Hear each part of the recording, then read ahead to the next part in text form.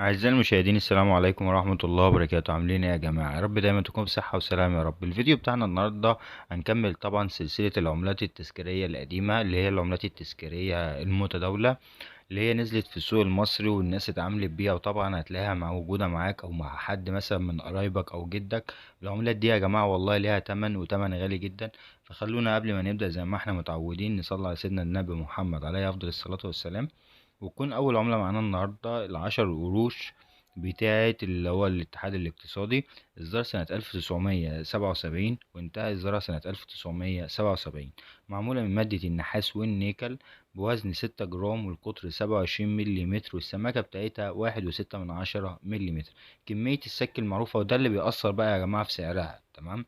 طبعا بيأثر في سعرها عوامل كتير، مثلا المادة ومثلا حالة العملة، بس أهم حاجة كمية السك. مسكوك منها مليون قطعة. شوف بقى مثلا 77 لحد ما العملة دي تجيلك وتبقى في ايدك. شوف بقى مثلا يعني هيتبقى منها كام عملة. انت فاهم قصدي؟ ممكن مثلا ما يتبقاش غير 300 ألف عملة أو 500 ألف عملة. والناس طبعا اللي هي معاها العملة عارفة قيمتها ولا مش عارفة قيمتها. تمام.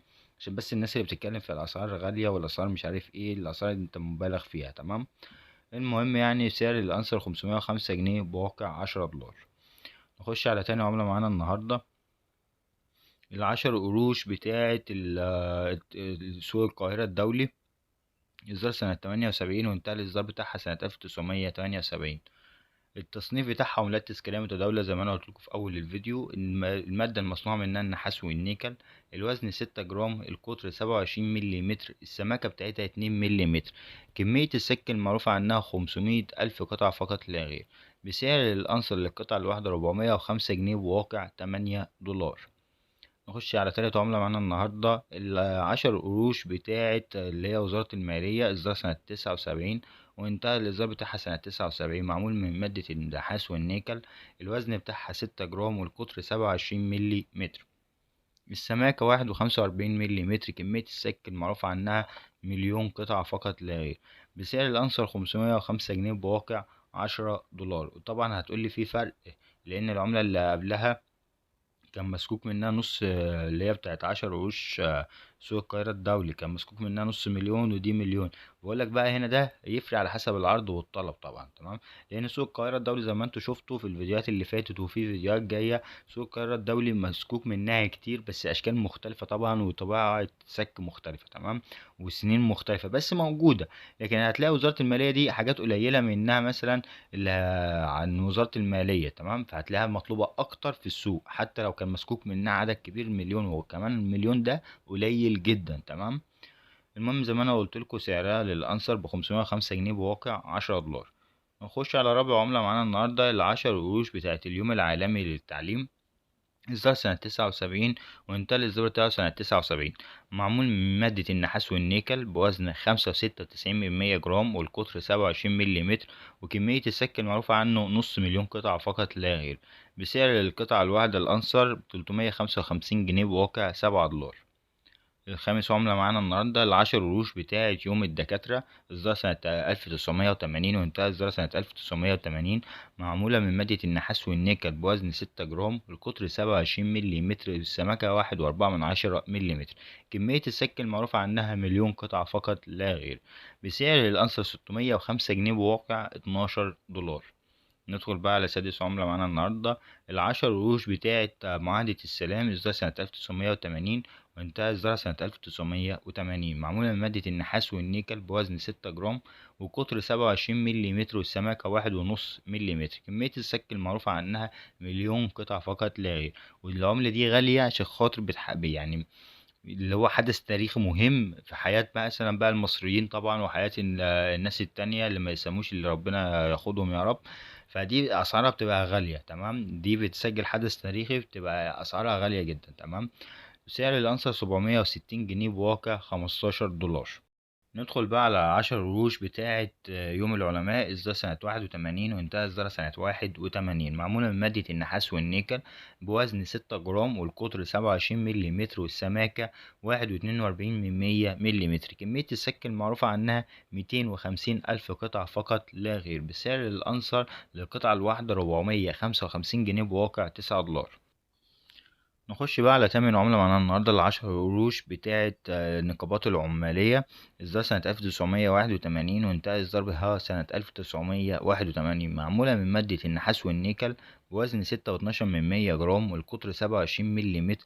السماكة بتاعتها 1.4 مليمتر. أما كمية السك غير موجودة.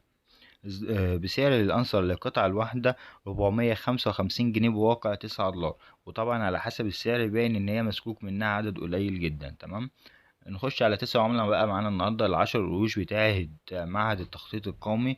إصدار سنة 85 وانتهى إصدارها سنة 1985.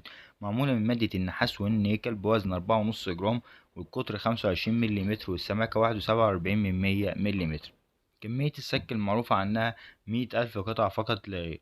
بسعر الأنصر للقطعة الواحدة 605 جنيه، بواقع 12 دولار. سعر الأنصر ده عشان لو حد جديد بيتفرج علينا، ده اللي هي العملة كأنها خارجة من البنك أو قعدت بره البنك مثلا بتاع شهر ولا حاجة. انت فاهم قصدي؟ العملة دي يبقى شكلها جديدة. تمام. ده اسمه سعر الأنصر، 605 جنيه، بواقع 12 دولار. نخش بقى على آخر عملة معانا النهاردة، ال10 قروش بتاعت مجلس الشعب. إصدار سنة 85 وانتهى الإصدار بتاعها سنة 1985. معمولة من مادة النحاس والنيكل. الوزن مش مذكور يا جماعة. القطر 25 مليمتر، السماكة 1.2 مليمتر. كمية السك المعروفة عنها 250,000 قطعة فقط لا غير.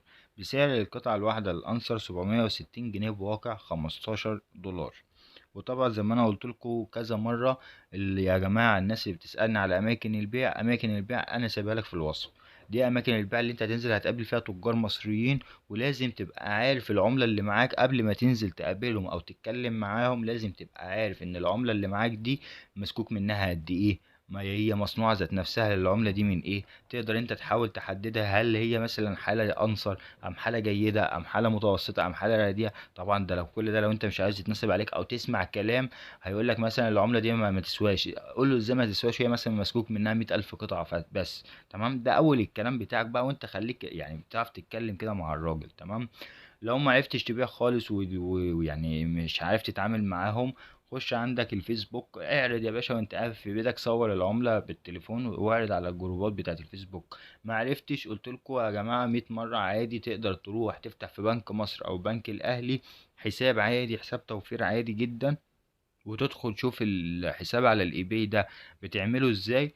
اخش اتفرج، والناس بتعرض على فكرة من مصر، هي مش اعجوبة يعني، عامل زي حساب الفيسبوك كده، ان انت تخش تقدر عادي تعمل الحساب بتاعك، وهتربطه بحاجة اسمها الباي بال.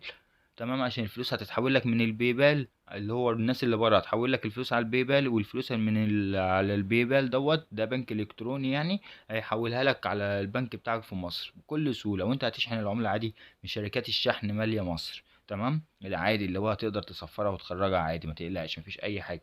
لان الناس زي ما انا صورت لكم قبل كده في الفيديو، طبعا الناس اللي هي متابعه مصور لكم قبل كده اللي هو سكرين شوت، الناس بتنزلها وبتبيع بالدولار وتاخدها منك، تقول لك مش هتسوى لها 50 جنيه على بعض. انت فاهم قصدي؟ وياخد العمله منك ويكسب هو من وراها بالدولار. انت فاهم الفكره؟ هو قاعد مستريح وعارف ان انت كده كده مش هتلاقي حد يديك الاسعار دي. فانا مهمتي والله انا بطلع اجيب لك كميه السك، اديك المعلومات اللازمه، واديك متوسط سعر تبقى حاطه في دماغك. لو انت قلت عنه هتقل عنه بقد ايه. ده اللي انا بعمله. تمام. ده اللي انا جاي اقدمه لك في الفيديو. طبعا بقى لو انت حابب تدعمني، طبعا بقى باللايك الجميل بتاعك واشتراكك لو انت مشتركتش معايا، وان انت تنشر طبعا الفيديو لاكبر عدد من الناس، لان من كتر ما التوعية هتزيد عند الناس. يعني انا في الاول ما كنتش اعرف قبل ما ابدا من سنة 2019 على فكرة، على القناة القديمة، الناس اللي هي عارفاني. تمام. قبل ما ابدا 2019 انا كنت زيكم حرفيا، قبل ما اخش بقى وادور فين الكتالوج وفين مش عارف ايه وبيبيعوا ازاي وبيعملوا ازاي. قبل ما اعرف الكلام ده كله، كنت اي حد يقول لي على اي عمله اقول له خدها، ده انا مش ده ما صدقت، ده عمله قديمه بايظه. انت فاهم؟ ده كان تفكيري. لكن انت تفكيرك دلوقتي الحاجات دي طلعت نوادر. انت ممكن يبقى معاك حاجه نادره وحد يخمك او ينصب عليك، وانتوا عارفين ان انا كلامي صح، وانا عارف ان انتوا عارفين ان انا كلامي صح. فانا بقول لك اسعى ودور وهتلاقي ليها رزق، اقسم بالله. لكن انتوا بتخشوا تقولوا اكتبوا لي في الكومنتات التجار بيضحكوا علينا. طب ما انا هعمل ايه؟ طب في التجار انا بجيب لك متوسط سعر، وانت بقى السعر اللي انت يعني ترتضي بيه. يعني انا غصب عني والله انا اجيب لك السعر اللي قدام عينيا، يشهد ربنا والله عليا ان انا ما بجيبش الا السعر اللي قدام عيني بالظبط واجي اديهولك. انت بقى طبعا هتحسب على متوسط بقى وتبيع بدماغك. بس هم يعني بيبخسوا على الصراحه حق الناس، يعني انا شفت كذا حد على الفيس بيبخسوا حق الناس حرفيا، يدخل يقول له كده بالوش، يقول له لا دي مش هتساوي حاجه، تمام، ييأسك من الحاجه بتاعتك، تمام. فانا بقول لك دور كويس، واحنا في مصر يعني كل واحد بيحاول يعمل مصلحه التاني، انا مش عارف هتتحل ازاي. بس الله المستعان، يعني اديني بحاول وبسعى للتغيير على حسب الفيديوهات ديت لما تنتشر للناس، يبقى في توعية اكبر بالكلام ده، ممكن الدنيا تتغير. بس السلام عليكم ورحمة الله وبركاته.